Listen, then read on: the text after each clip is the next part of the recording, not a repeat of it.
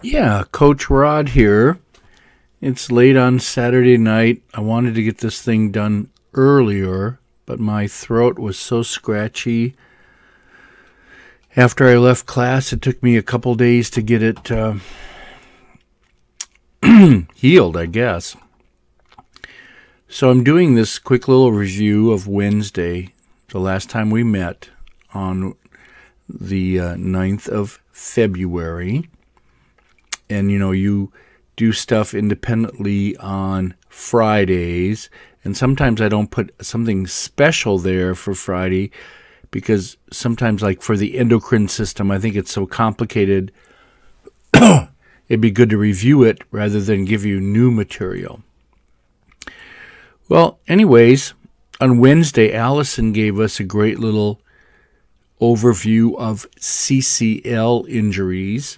And I just wanted to show you something I found, and it's the most common reason for orthopedic surgeries. And I think Allison said she had a dog. It was at $2,100 to fix it. And then often if it's on one side, then it might show up on the other side later, maybe months away. Sometimes if they put extra weight on that initial good leg, it might work that way. And then we had a nice little discussion about CCL versus ACL. Now this thing says it's also called ACL, and that's not bad, but for quadrupeds, that's animals that are on their 4 feet, cranial is the preferred term. This A actually means anterior, and it refers to people, other primates that are like upright and they walk on their 2 hind legs. So people have an anterior side and a posterior side, whereas our dogs have a cranial side and then a caudal side. So anyway, I just wanted to show you that. Thanks to Allison for a great presentation on that. Then Madison talked about Akitas and different leg injuries they have.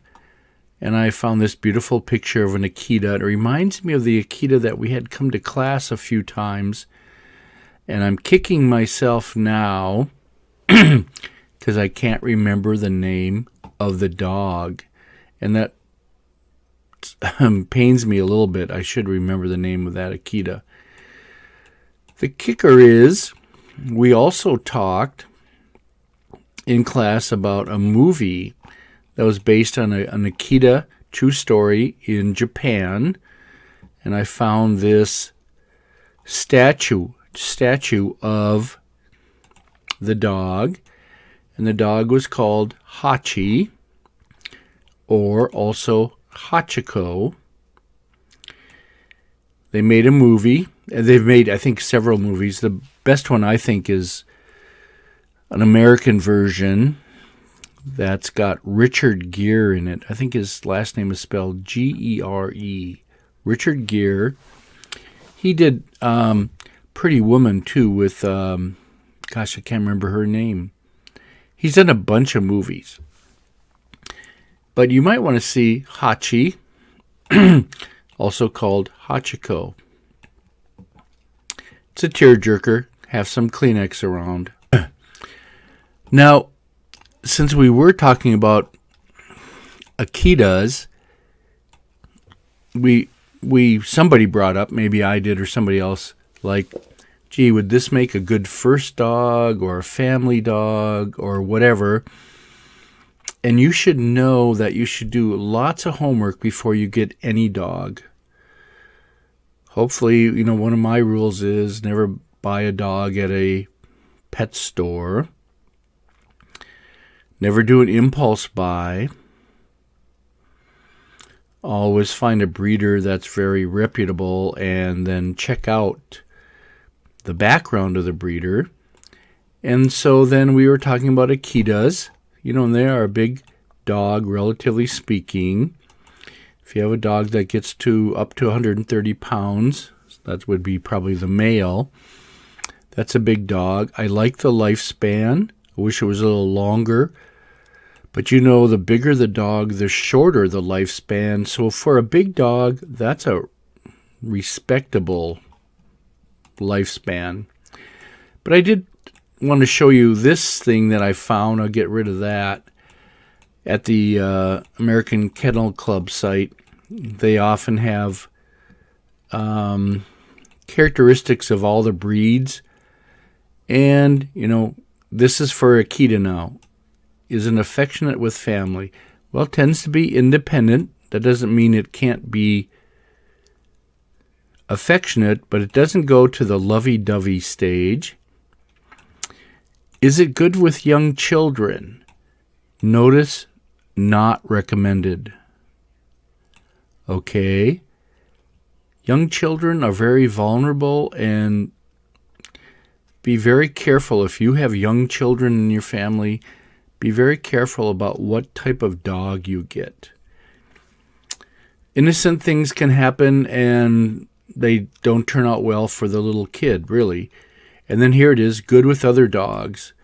That's the lowest rating, not recommended. Okay, so they're very independent. It shouldn't be your first dog. I'll put that up here. And then we talked about what would make a good first dog versus second dog. Bigger dogs probably shouldn't be a first dog for somebody. It's just one of those things.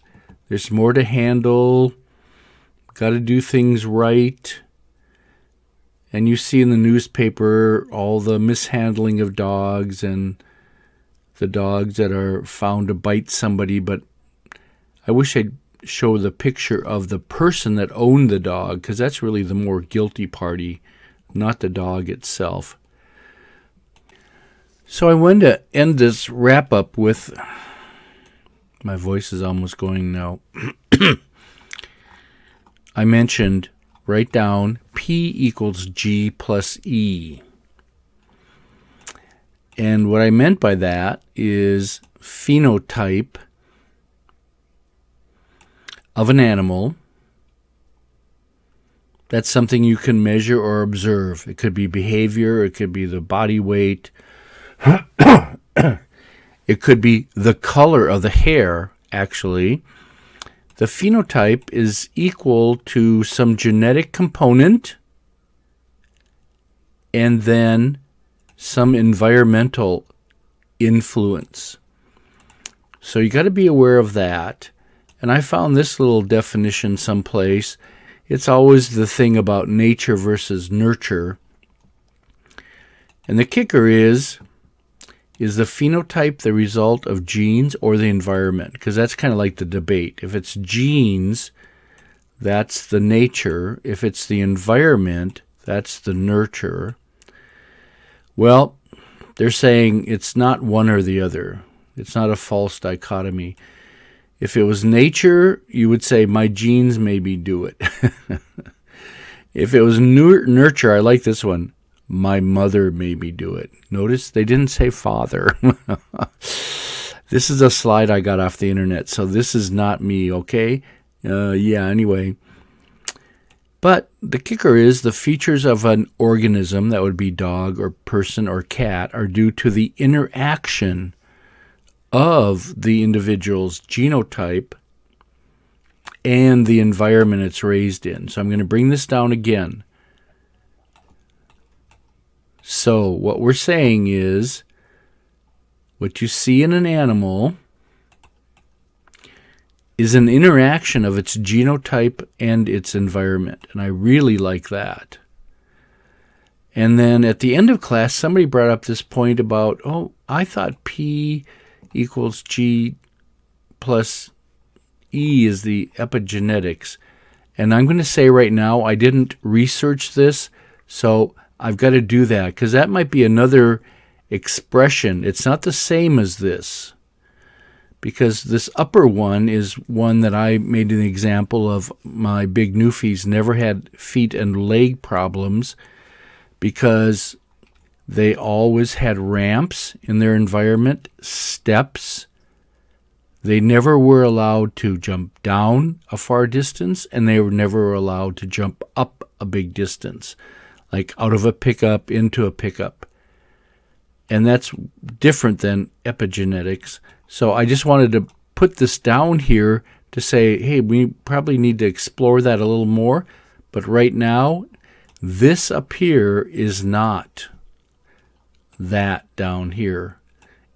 The environment can have a big influence, and the environment can entail how you house the animal, how you treat it, how you feed it,